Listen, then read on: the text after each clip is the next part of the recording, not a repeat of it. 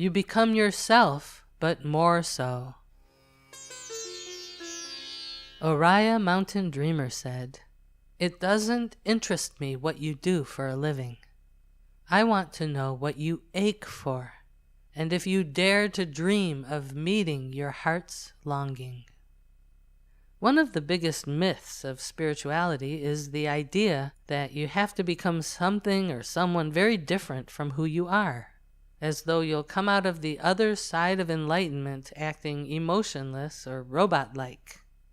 Many people make the mistake of assuming that becoming self-realized means they won't have any personality characteristics, or certainly not the ones they have now. Maybe you have the idea that achieving inner peace means that you must act very serious without ever becoming excited, or that you'd have some other limited behaviors. However, when you see the great saints, they're not limited at all. They're free. Many of them laugh and joke around. They're spontaneous and can even appear to get angry. Don't forget, self-realized beings still have personality traits, but with one big difference. They know they are divine, and they know that you are divine. This awareness is the key to spiritual self-recognition. The point of spiritual growth is not to become something other than what you are. Rather, it is a shift of awareness through which you begin to know and express more of who you really are. Be careful. Be yourself, but not your obnoxious self.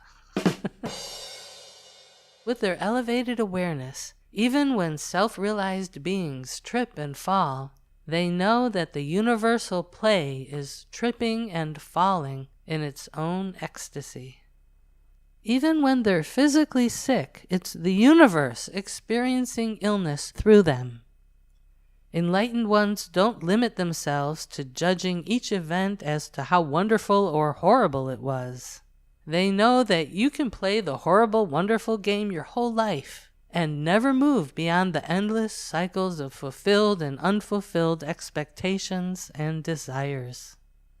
Enlightened beings see everything that comes to them as a play of divine consciousness, as an expression of their destiny, and as one more opportunity to leap up and rejoice in the awareness of their higher self. Again, the ideas in this chapter are some general pointings toward the collections of awareness that fall into the category of enlightenment. Some enlightened ones may have very different experiences of enlightenment. How will you know when you're enlightened? Some enlightened masters would tell you you already are enlightened, but your mind doesn't know it.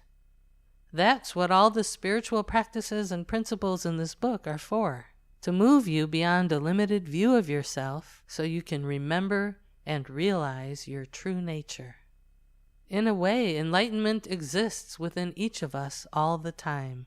The trick is to remove the clouds of false thoughts that block the sunlight of supreme reality, the light of consciousness, and to thereby become enlightened.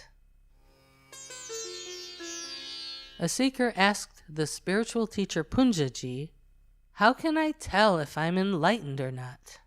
Punjaji answered, "Open your eyes and look around you.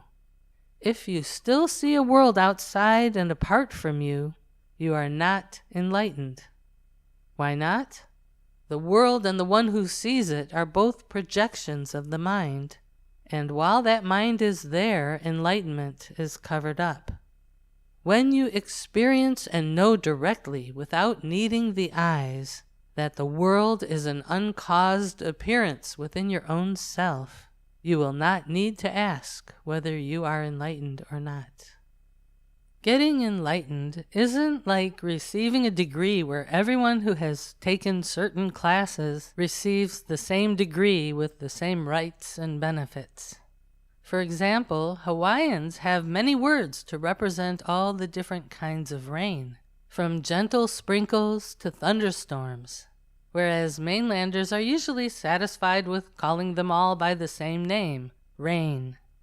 In the same way, the word enlightenment actually represents a wide variety of spiritual states of awareness. Many people have a taste of enlightenment at least once in their lives. These tastes of enlightenment can take different forms for different people. Sometimes it's a feeling of oneness with everything around them, or a sense that the light shining through a forest is also shining in their heart. Moments of enlightenment can also come when someone who has suffered a great loss feels themselves being pared down to their soul, or when someone has the experience of being in a perfect flow of action, such as during sports or creative art expressions. Some may simply shift into an awareness of the unity of life inside and around themselves. Many people don't recognize these enlightened moments because they don't have a context to place them in. They may look back at their experience of divine oneness and perfection and say to themselves something like, that was strange, before going back to life as usual. Even enlightened masters who are able to hold on to a steady, enlightened perspective may still have pockets of growth to unfold. They may make mistakes, go against their own teachings, or do something that modern society thinks isn't appropriate or polite. Let me tell you right now that anyone who thinks that an enlightened person must be perfect in any and every way, and that he or she must fit into all of modern society's concepts about how an enlightened or spiritual person should be, needs to go back to the fantasy of Santa Claus land. I've heard many devotees of enlightened masters who see faults in their teacher and decry how they were fooled and how everything they learned was therefore a sham. This kind of approach to the spiritual journey is unenlightened and unintelligent. It's a distraction to get trapped in arguments about who is or is not how enlightened. Focus on your own enlightenment. Learn from whom you can, and keep your attention on the state of your own mind, heart, soul, and spiritual connection with universal consciousness. Luke 6:41 said, "Why do you see the speck in your neighbor's eye, but do not notice the log in your own eye?" Of course, if you want to learn from an enlightened master, you also want to do some research and keep your wits about you. Also, remember that the teacher's words and examples are like those fingers that are pointing toward where you are meant to look. Don't get trapped by their fingernails or the sleeves under those pointing fingers. Don't get swept away by the other people who are also looking at the master's pointing finger. Keep your focus on what the finger is pointing to. If you find that a particular path or teacher is taking you away from enlightenment, then by all means bid a fond farewell and move forward courageously and with trust that the divine will guide your steps and unfold your greatest destiny. Imagine what you'll look like if and when you become an enlightened being. Perhaps you'll end up looking like a guru draped in robes who sits on a throne espousing your wisdom to wide-eyed seekers who are intent on unfurling the meaning in every sentence. Or maybe you'll be a simple person without any outer marks of spiritual attainment, other than the light that shines through your eyes and the glowing effects of your words and actions. Don't forget, each person's realization is unique and personal, while still being universal.